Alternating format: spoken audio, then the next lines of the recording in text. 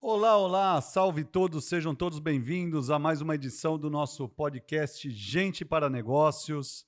Mais uma vez aqui nos bastidores, onde vocês não estão vendo, onde toda a mágica acontece, nosso amigo Thiago Santos. Obrigado, Thiago. Thiago da outra vez nos deixou na mão, mais ou menos, ele colocou gente do time dele para operar aqui para a gente, mas hoje ele está de volta e eu sinto muito falta quando o Thiago não está aqui conosco. Obrigado mais uma vez, Thiago. Outro ponto é que a minha amiga Raquel Paiva, que está sempre nos podcasts conosco aqui, me abandonou hoje, está fazendo uma entrega pela Transpetro no sul do país, então hoje ela me abandonou. Mas eu tenho aqui um convidado super especial que vai conversar com vocês de um assunto mega bacana aqui, que é sobre, na verdade, a simplicidade para a cultura de massa. Ficou curioso? Imagina eu aqui do lado de cá, porque a gente começou a falar, quase que a gente fez o podcast sem gravar o podcast. Chamo aqui meu amigo Robson Rigoni, líder estratégico de RH e sistemas integrados de gestão da AGC Vidros. Seja bem-vindo, Robson. Rogério, muito obrigado. Estou lisonjeado de estar aqui com você. Obrigado você, obrigado ao Thiago que está aqui nos bastidores, toda a galera da MH Consulting. E principalmente porque vai ser um bate-papo aqui, acho que legal, dentro de um tema, né, que eu gosto muito e entendo que quando a gente ama uma coisa, né, a conversa flui e estou muito feliz por estar aqui com vocês. Obrigado pelo convite. Que legal, e você veio de longe, porque nós estamos em São Paulo, capital, e você veio da onde, Robson? Guaratinguetá, a famosa Guará, Vale Histórico, Vale do Paraíba, Vale Histórico. Quantos quilômetros? 300 mais ou menos, 280 até a minha casa. E mais uma dica já, tá? Para quem vai para o Vale do Paraíba, não chame Guaratinguetá de fundo do vale. O pessoal lá não gosta, é Vale da Fé. Tá? Vale da Fé. Vale do Paraíba começa aqui, né? Para se situar, aqui em Jacareí, vai até lá Lorena. Então são várias cidades aí dentro desse eixo, muito importante para a economia do Brasil, uma região muito pujante em termos de indústrias, né? De vários segmentos diferentes.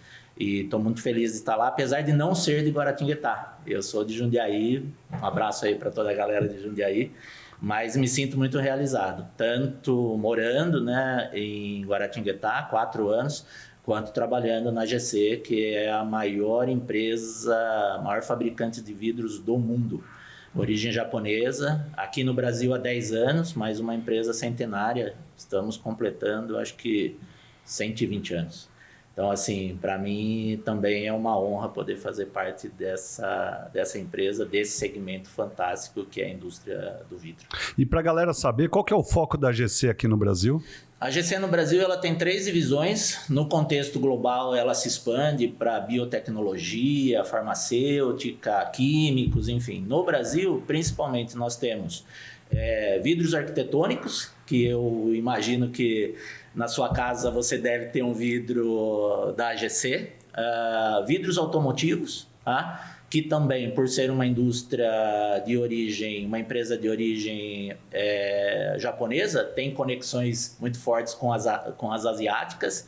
Então, Toyota, Honda, Hyundai, enfim, dentre outras, né? Não vou ser leviano aqui para citar só essas, mas a maioria das asiáticas são os principais clientes da AGC.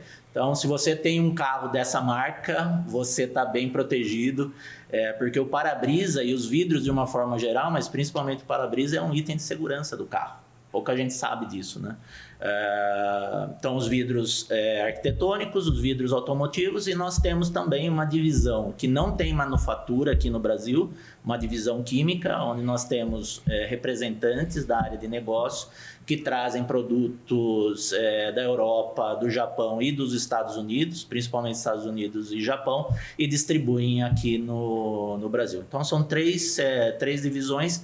Como eu disse, a AGC no Brasil está começando agora, é um adolescente, estamos debutando. 14 anos, completamos agora no dia 23, completaremos agora no dia 23 de abril. Que interessante. E para mim é mais interessante ainda, porque a minha origem foi em fábrica de vidro. Eu trabalhei numa fábrica de fundição de vidro da Philips, onde fazia tela de TV. Você aí, jovem que está nos ouvindo ou nos assistindo pelo YouTube, pergunta para sua avó, mas as TVs, confia em mim, as TVs não eram dessa forma, eram tubos de TV extremamente pesadas e eu trabalhei numa fábrica de fundição de vidro. Então é um ambiente realmente muito interessante, né? Fazer vidro é um ambiente, é uma energia interessante. Pelo próprio calor do vidro, da produção do vidro, parece que isso contamina o ambiente cultural também, não é não, Robson? Sim, com certeza. E também acho que um dado interessante, o vidro, o material vidro, eu acho que é um dos poucos materiais 100% reciclado. Então, assim, você consegue sempre transformá-lo, né? Inúmeras vezes, infinitas vezes.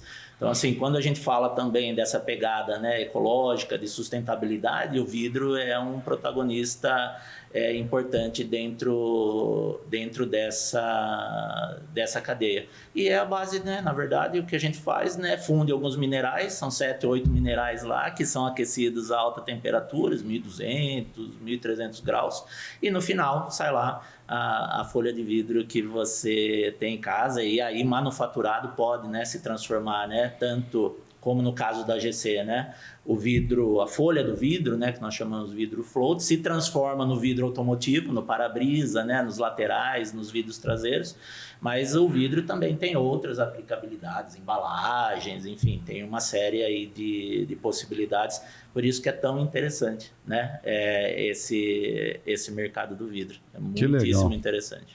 E agora vamos dar mais um mergulho, né, o seu papel dentro da GC Vidros é tanto responsável pelo RH como sistemas integrados de gestão.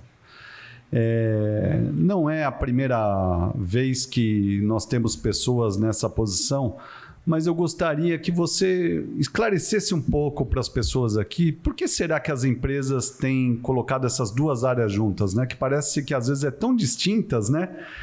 E eu, inclusive, trabalhei numa posição dessa quando estive na Philips, mas conta aí a sua versão. Por que sistemas integrados de gestão está junto com recursos humanos? Eu vou dar uma... Bom, primeiro que para pergunta complexa não tem resposta simples, né? Não é tão fácil assim. Mas eu costumo brincar, eu acho que quando você coloca dentro de um contexto mais divertido, fica mais fácil de explicar, né? E eu costumo começar a conversa numa resposta como essa, falar assim, pô, a gente faz o que ninguém quer fazer. Que são as conversas difíceis, as conversas cruciais, né? Aqueles pontos onde precisa haver uma convergência dentro da organização, em prol da organização, mas naturalmente existe uma competição entre as áreas. Quando a gente coloca, né, e aí sendo objetivo na resposta, quando a gente coloca tudo dentro da mesma cestinha, fica mais fácil. Uhum. Eu tenho, assim, basicamente, de uma forma resumida, são 6 áreas sob a minha responsabilidade na GC, que vão desde a área de recursos humanos até a área de planejamento de projetos, por exemplo. A GC fez uma expansão recente lá, expansão física mesmo, né? E a minha área, uma das áreas que eu lidero, né, é responsável por conduzir esse projeto. Então, assim, de vez em quando, até nas reuniões lá da liderança dessas áreas onde eu estou inserido, né, o pessoal fala, puxa vida, hein, chefe, caramba, né, você está aí falando, né, do coreano, né, até o italiano ali, porque você tem que ter, de fato, conseguir transitar nessas múltiplas vertentes, nessas múltiplas frentes diferentes.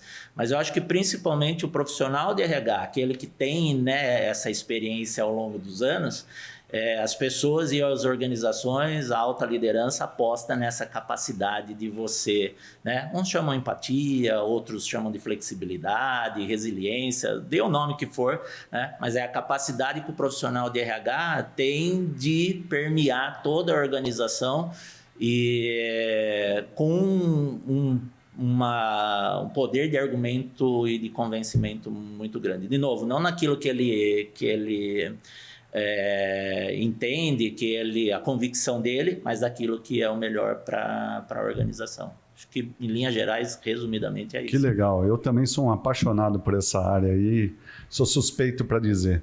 Bom, e o nosso tema-chave aqui é exatamente como a gente garante engajamento, que tem a ver com o que você acabou de trazer, né? Engajamento exatamente quando você precisa trabalhar cultura de massa, porque às vezes a gente pensa em cultura de massa como sociedade, mas você, por exemplo, trabalha numa operação que tem 1.500 colaboradores, não é verdade? Aproximadamente 1.500. É bastante gente, então vamos usar esse ambiente chamando de cultura de massa. Fala um pouco para a gente, como é que é lidar com o engajamento numa empresa do tamanho da GC, com 1.500 colaboradores? O que é o pressuposto para garantir engajamento de um grupo tão grande? Acho que pode até parecer um pouco lúdico o que eu vou falar agora, mas aí conceitualmente falando, mas aí é como que você consegue traduzir isso em resultado. Mas acho que para ter engajamento você precisa gostar do que você faz. E aí você precisa identificar, né, as pessoas que têm o mesmo propósito, tanto pessoal quanto profissional, e que dentro da organização, né, se identificam com aquilo, precisam, né, de fato, né, estar, né, entendem que precisam, né, que é importante estarem naquele ecossistema, e a partir daí fazendo as conexões que a gente precisa. Para chegar nesse cenário. Aí você pode falar, né? Você pode me perguntar, Robson, mas você está falando de 1.500 pessoas. Eu sempre desafio meu time, falo assim, não, se você acha 1.500 difícil, quanto tem uma Petrobras? Quantos colaboradores tem uma empresa desse nível? 100 mil? 150? 200 mil? Então, jeito tem. A questão quantitativa, para mim, não é o maior desafio, porque se for trazer, eu já trabalhei em empresas de 100 colaboradores, é tão desafiador quanto. Então, você precisa achar, de fato, qual é a motivação daquela pessoa, tá? E aí você usa as pesquisas de clima, a gente tem uma série de ferramentas que, se bem utilizadas, você consegue, sim, chegar nesse ideal, nesse resultado, né? Que é ter a maioria dessa massa convergindo para o mesmo lado. Eu acho que só para dar desfecho na minha fala, a gente também não pode se frustrar e achar que você vai conseguir 100% disso. Eu acho que esse estado da arte é algo que deve, sim, ser buscado. Acho que quando se fala de excelência, quando se fala de resultado, você não pode se contentar com a mediocridade, mas você tem que ter a consciência disso, né? Como diz, escorar lá 100% vai ser muito, muito difícil.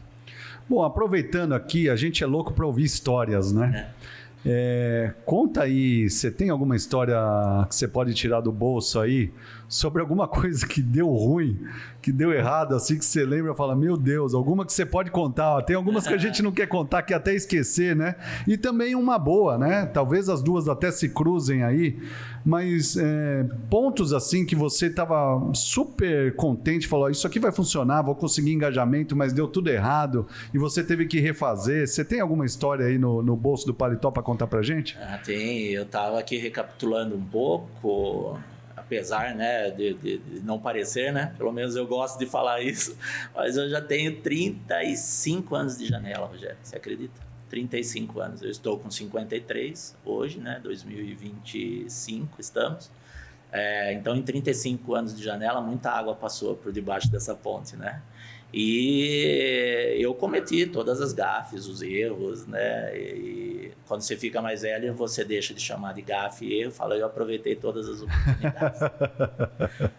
Fácil, né? Só que você só consegue transformar isso depois que você já passou, né? Exato. E tem muitas. Eu acho que no papel de liderança, né, uma das coisas que faz parte do nosso dia a dia, independentemente do nível de senioridade que você tem, é a insegurança. Porque você está sempre encontrando coisas novas. Não existe a possibilidade, com 35 anos mesmo, com 50, seja lá o tempo que for, né, de você falar, já vivenciei tudo. Então, você faz a conexão do passado com o presente, tomando uma decisão para o futuro. Eu tive uma oportunidade na minha empresa anterior, que é a AkzoNobel, né, é uma empresa holandesa aqui no Brasil conhecida, né, pela marca de tintas Coral, né, mas eu trabalhava na divisão de químicos. E nessa divisão de químicos, a Akzo promoveu uma iniciativa, o OneAkzo, que era, como todos os conglomerados multinacionais, na maioria das vezes, fazem em determinado momento, muito fragmentado, e para criar atração, sinergia, ela queria um centro de especialidades, ela vê afinidades, né? Cria os hubs, né? Que nós chamamos hoje. E dentro da divisão química, onde eu tinha uma certa autonomia, né, como líder de RH daquela divisão, nós tínhamos acabado de implementar um sistema integrado de gestão de recursos humanos. Aquela lá, desde o início até o final, né? Treinamento e desenvolvimento, folha de pagamento, tá tudo integradinho com a TOTOS. Na época, acho que era nem TOTOS, era como é que chamava antes? A TOTOS era Micro, enfim. Não era nem TOTOS ainda. E aí terminamos, foi um trabalho, acho que de uns 3 anos já. E com um time muito empenhado e tal. Isso, estou falando de 2005. Você imagina quão difícil foi isso naquela época, 20 anos atrás. Muito difícil. Quando nós terminamos, 3 meses depois, o meu chefe, que era um americano, chamado Steve Shiflett, me ligou e falou: Robson, olha, vou te apresentar aqui o novo projeto da Axo, o Anaxo. E nós vamos começar esse projeto com a folha de pagamento. Então, você vai ter que mudar a folha de pagamento. A partir de agora vai ser ADP. Imagina a felicidade da galera que ficou trabalhando na implementação. Eu já tinha a melhor folha de pagamento do Brasil, um sistema integrado, embarcado, era aquela que o sonho de todo mundo, né? Você dá um botão, né, aqui na folha, né? Já está tudo prontinho para você nos outros subsistemas, né? E quando ele falou isso, eu falei: não, mas não faz o menor sentido, né? E aí eu apelei, né? Falei: o investimento que nós fizemos financeiro, né? Existe um apelo muito forte sempre, né? E é uma das primeiras gafes que você, enquanto líder, né? Se você puxar por aí, você já começou errado, né? Falar de investimento e tal, você precisa, como você bem disse, né? A frustração das pessoas, a gente falou de engajamento, a motivação, enfim. Mas, enfim, ele falou e eu resisti por acho que por uns 3 meses nessa vibe, fazendo conta e tal. E ele foi me dando, né, a oportunidade de resistir, mas já ciente de que não ia mudar nada. Chegou num dia e ele falou: Robson, deixa eu só ser mais claro ainda com você. Eu estou aqui com um e-mail do presidente da unidade falando que todo mundo já mudou, menos você. Então, assim, eu acho que chegamos num ponto em que eu vou ter que falar para você: vai acontecer, não adianta, por mais que você tente. E ali eu falei: ok, né, top-down, né? Vai acontecer. Mas eu sou um cara que reflete muito, fica pensando muito e tal. E no dia seguinte, né, daquela noite mal dormida, eu cheguei no escritório e falei: puxa vida, fiz tudo errado. Então, uns 3 ou 4 meses aqui indo pelo caminho errado. E aí chamei o time, né, que também eu estava influenciando de forma negativa, porque eu estava fomentando que eles também resistissem, né? Não, pode ficar tranquilo que eu vou conseguir virar esse jogo, tá? E aí eu chamei o time, né? Falei: pessoal, olha... Deu ruim. Não, eu procurei, né? Eu sou adepto do copo cheio, entendeu? Eu faço, né? Como diz Tom, eu fiquei 3 meses ali, né? Indo pelo caminho errado, mas daí eu dei uma virada de chave. Falei: pessoal, olha, eu estava errado. Eu processei, nós juntos processamos e tal. E ontem eu tive uma conversa com o Steve. E essa noite aqui eu entendi que, de fato, né, a gente precisa mudar. E vai ser bom por causa disso. Tudo aquilo que já estava na receita de bolo positiva, eu trouxe para aquela conversa. E aí eu dei um desfecho, né? Tentei colocar uma frase de impacto lá, que sempre funciona, né? Eu falei: a partir de agora nós somos ADP Futebol Clube. Nós vamos vestir a camisa, né? E deu tanto certo isso, obviamente, que deu tanto certo, não estou dizendo que foi fácil. Foi muito duro, tá? Foi um aprendizado duro, mas importante que eu levo e imagino e tenho certeza, na verdade, imagino que todos que estavam nesse projeto também aprenderam muito com isso. Então, o ADP Futebol Clube nos fez ter, reconhecidamente falando, a melhor implantação da ADP aqui na nossa região. Que legal. Então, assim, e abriu portas daí para os outros projetos dentro do núcleo novo, né, corporativo da empresa, etc. Então, essa foi uma coisa uma gafe, acho, né? Que uma situação, não uma gafe, uma situação que acabou acontecendo, mas que quando você vira a chave foi excelente, foi muito bom ter acontecido. Você sabe que nos nossos pressupostos que a gente, para quem já nos conhece, nós somos totalmente engajados com os assuntos de neuroliderança e a resistência é uma questão muito natural do funcionamento do cérebro, né? Na dúvida, o nosso cérebro é 2,5 vezes mais preparado para fugir ou atacar um problema do que propriamente se engajar com o problema. E isso tem a ver com o contexto que a gente está falando aqui, porque você, a hora que se conectou emocionalmente com o grupo para a mudança, é que eles viram sentido para querer fazer, porque estavam contigo, inclusive. Porque são conexões socioemocionais, né? Socioafetivas, inclusive. E aí, você nos bastidores estava conversando comigo sobre a importância da simplicidade no engajamento, né? E você disse que é um apaixonado pelo tema, né? Conta um pouquinho pra gente, como é que você vê que a simplicidade pode apoiar nesses processos transformacionais dentro da cultura organizacional? Eu acredito que essa questão da simplicidade conectada ao meu perfil profissional faz parte da minha história mesmo. Eu comecei trabalhando como office boy e acho que outro dia, conversando com algumas pessoas, falei assim, você se lembra a última vez que você saiu do escritório sem algum tipo de demanda para o dia seguinte? Eu falei, eu me lembro quando eu era office boy, porque eu pegava o malotinho, né? Naquela época ainda tinha um malotinho com os boletos, ia no banco, pagava, voltava, no dia seguinte zerou, né? Zerou o jogo, né? E no dia seguinte era novo malotinho. Eu falei, depois daquilo lá, eu não me lembro mais. Mas os aprendizados, né? Quando a gente fala de simplicidade, Rogério, na minha experiência, né? Os aprendizados começam, né? Os principais começam das atividades mais simples. E a forma que você migra para posições mais complexas, mas mantendo essa simplicidade. Por que isso dá mais robustez, na minha opinião, em relação ao engajamento? Porque quando você senta numa mesa, né, o RH, tipicamente de organizações maiores, né, tem uma ferramenta de pesquisa de clima, né? Eu trabalhei muitos anos com a Gallup, né? E agora na AGC a metodologia que a gente usa é da Korn Ferry, né?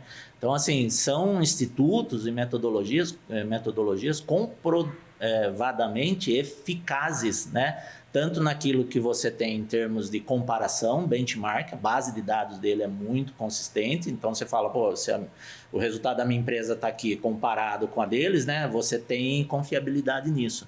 Mas aí, você, apesar, né, dessa condição de ter os maiores institutos, as maiores metodologias, o que o colaborador quer, né, é sentar numa mesa e falar assim, viu, o que a gente precisa fazer do meu dia a dia para que a gente possa melhorar aquela condição A, B ou C que apareceu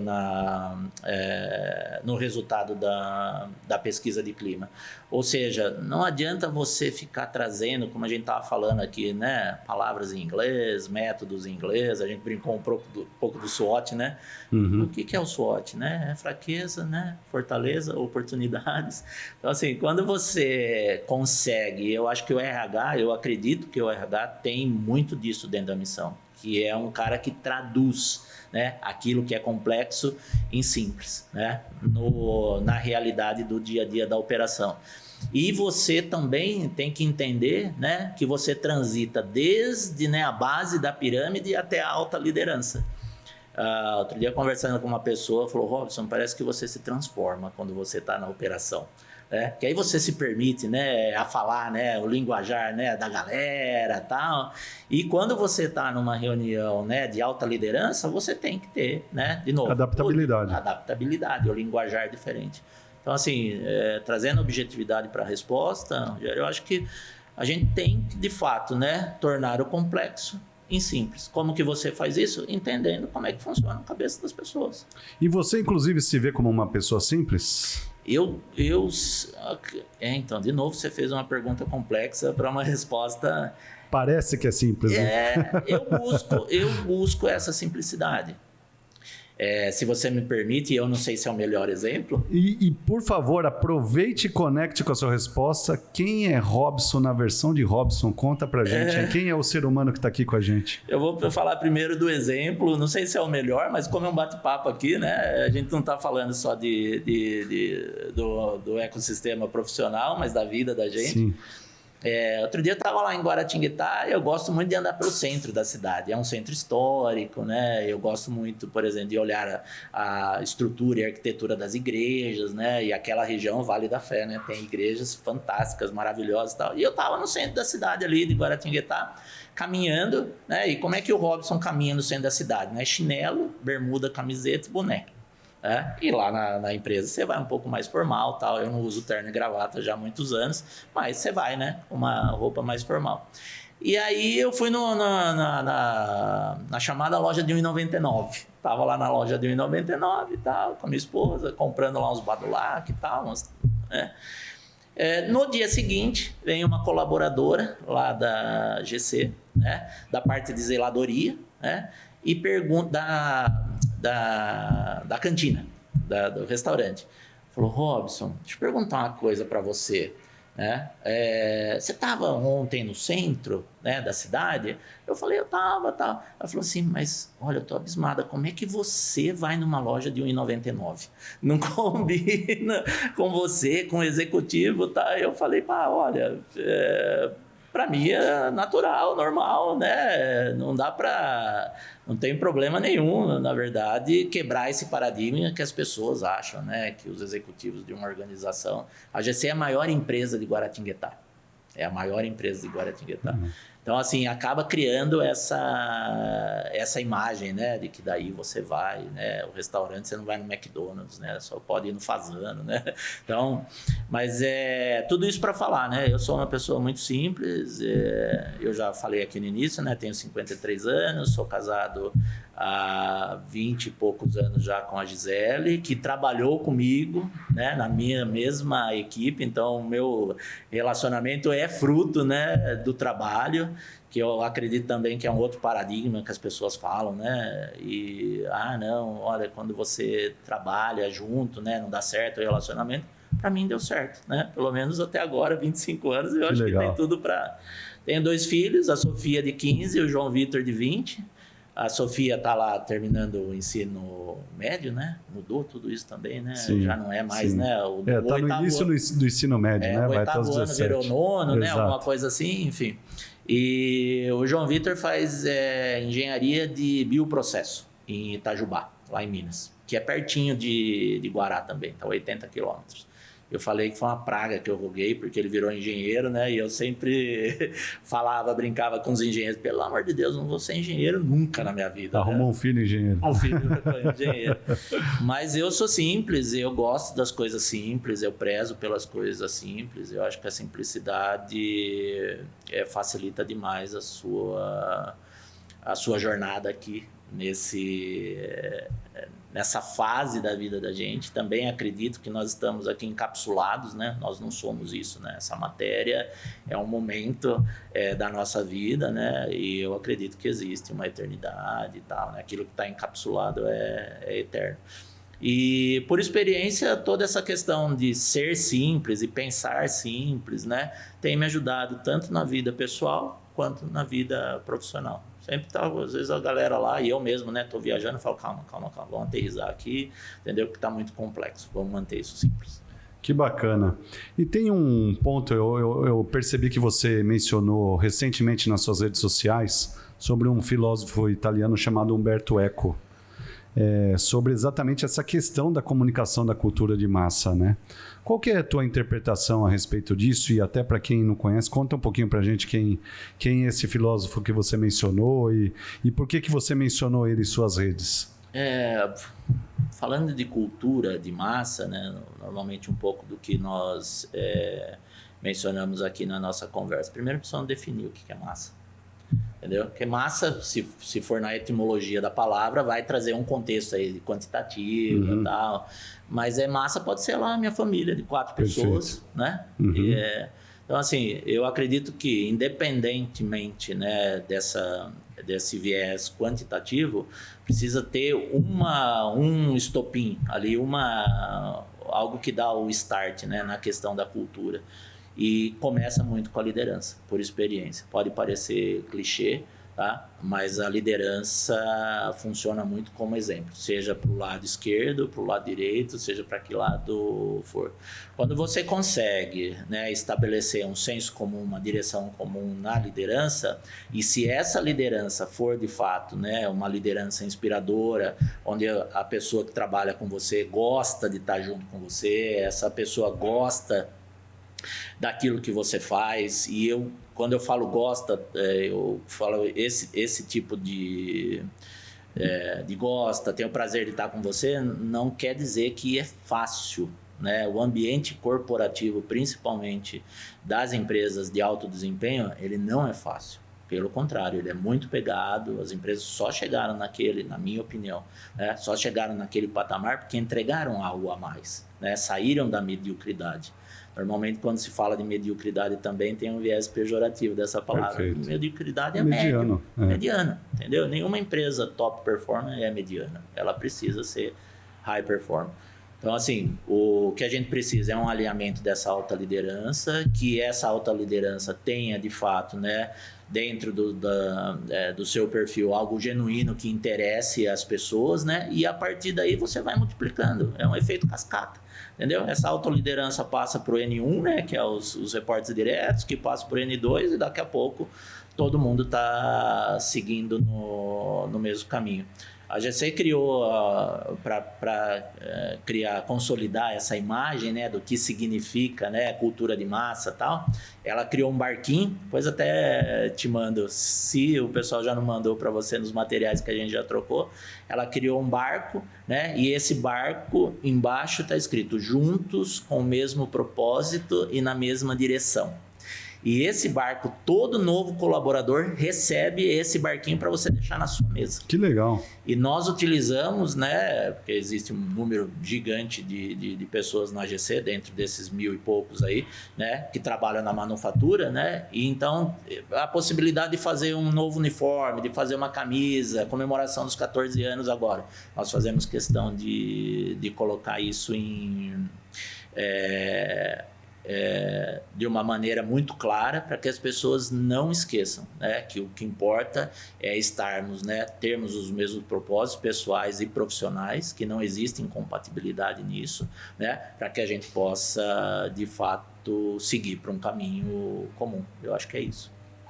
E na verdade, quando você olha para o ambiente de trabalho, está cada vez mais difícil lidar com as questões de comunicação para o engajamento, né? Porque enquanto a gente está conversando, trabalhando e dependendo da atividade, é possível a pessoa estar acessando um celular e rapidamente ela está falando, não estou gostando dessa palestra ou desse WhatsApp que eu estou, ou desse podcast que eu estou ouvindo agora, e está mandando mensagem para o colega, né, imediatamente. Você não tem controle sobre isso, né? Como é que vocês estimulam as comunicações informais em prol desse engajamento? Como é que funciona dentro da GC Vidas?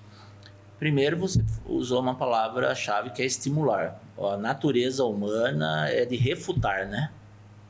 Fala assim, não, isso aqui não funciona, você ouviu, não testa e imediatamente já coloca aquilo como uma ideia formatada, né? Na AGC, né, e isso também em outras, durante a minha carreira, né, eu procuro não fazer aquele exercício dos 30 segundos, né? Não aceitar de imediato algo que está ali, né, aparecendo um senso comum, seja da sociedade, ou seja da organização, seja por experiência, como uma verdade para aquela realidade, porque nem sempre é dessa forma.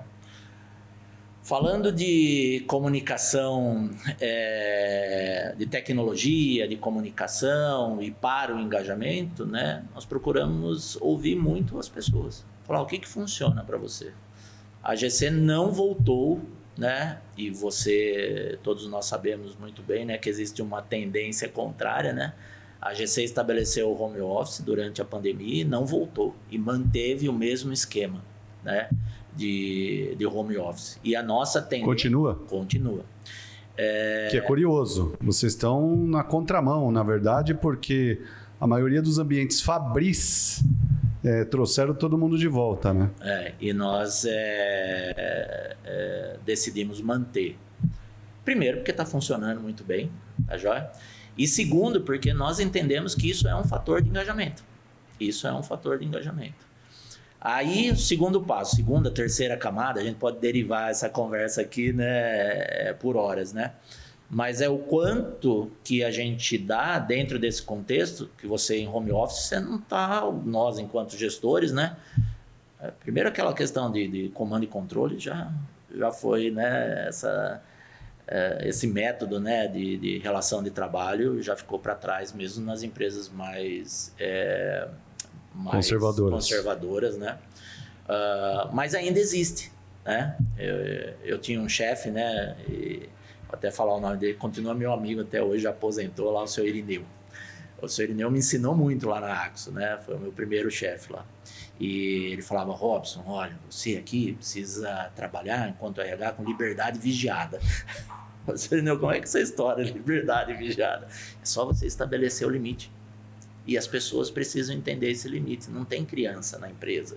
E pelo contrário, são pessoas inteligentíssimas, entendeu? Muitas vezes muito mais inteligente que a gente, entendeu? Então você estabeleça o limite, monitore da forma correta e se houver algum tipo de exceção, trate a exceção, que é uma outra armadilha que a gente também comete facilmente no dia a dia. A gente, no sentido mais genérico, né? Que acontece um desvio, você fala, não, então agora volta todo mundo. A política mudou porque teve um desvio aqui. Porque teve um desvio entre centenas de pessoas. Vamos vigiar a mala de todo mundo agora, porque nós pegamos em 1823 uma pessoa que roubou um parafuso. Exatamente. Então, assim, e aí o que nós procuramos fazer em relação a todo esse parque tecnológico que existe bom, como eu posso capitalizar e potencializar isso? Então, para que não seja um detrator, mas que seja um acelerador. Então, para você é importante ter um celular, usar um celular, uma ferramenta XPTO e tal, beleza, vamos entender. Dentro daquilo que converge, né, com o resultado, com aquilo que faz sentido para a organização, a gente procura incentivar e não. E, de novo, como eu falei, o senhor Irineu, mais uma vez, um abraço, estabelece o limite de uma forma muito clara.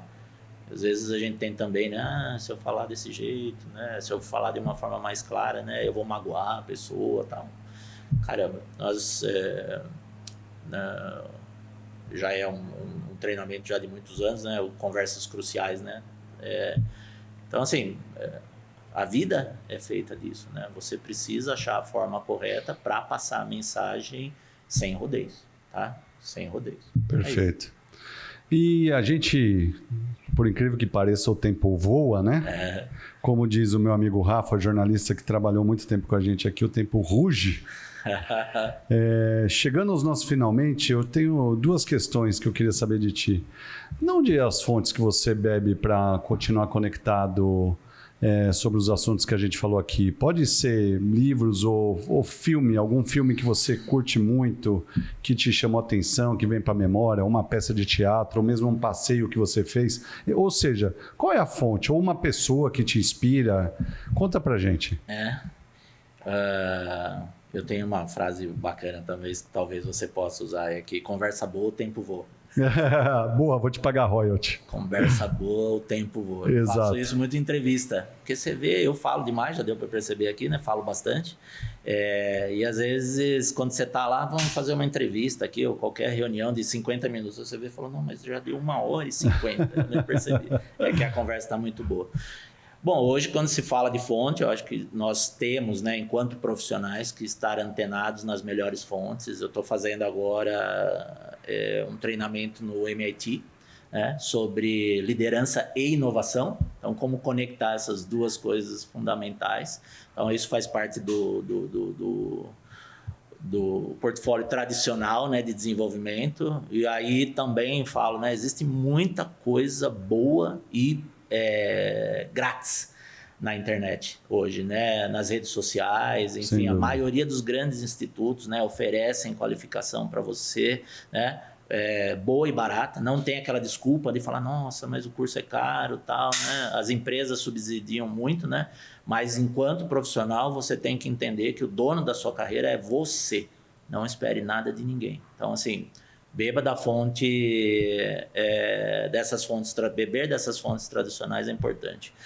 E acredito também, né, que você, dentro do aprimoramento normal, né, da sociedade, né, ao longo dos anos, né, você precisa ficar atento àquilo que você tem de recursos. Você falou de filmes, né? Quem aqui não tem, né, assina uma plataforma de streaming aí, né? Eu sou fãzaço, né, das Netflix da vida, Max e Prime, enfim, todas essas daí. Nem sei se fizemos aqui uma propaganda. Não, né? Tem problema nenhum. Pode falar, né? E principalmente das séries. Então, assim, recentemente assisti novamente agora não sei em qual delas, porque eu tenho quase todas lá em casa, mas o Suits, né? Que tem lá, um escritório de advocacia, o contexto, né? E tem o Harvey, né? Que é o cara, o prodígio, né? E o típico personagem que todo mundo tem na organização. Ele é o prodígio, ele é o talentosíssimo, é aquele cara que você fala, nossa, eu preciso ter na organização. E ele sabe que ele é bom, mas ele usa da forma errada. Então, assim... É o famoso tem que segurar o maluco, né? Tem que segurar o maluco. Ele direto dá uma de louco. E depois ele viu... Nesse contexto, quem não assistiu, assista. Já não é uma série nova, né? Suits. E o interessante é que é uma temporada extensa, né? Você vê eles entendendo, né? Aprendendo. Que legal. Então ele fala, ele volta lá atrás e fala, não, já não faço mais isso. Ele sempre falava, não, aqui no trabalho é relação profissional e acabou, né? Não sou teu amigo. E depois ele ficou amigão de todo mundo. Então, assim, acho que essa é uma fonte que eu bebo bastante, naturalmente, né? Até pelo olhar da experiência, né? Eu faço essas conexões. Eu brinco com a minha esposa, né? Cada um eu elejo um personagem. Eu falo, eu queria ser o Harvey.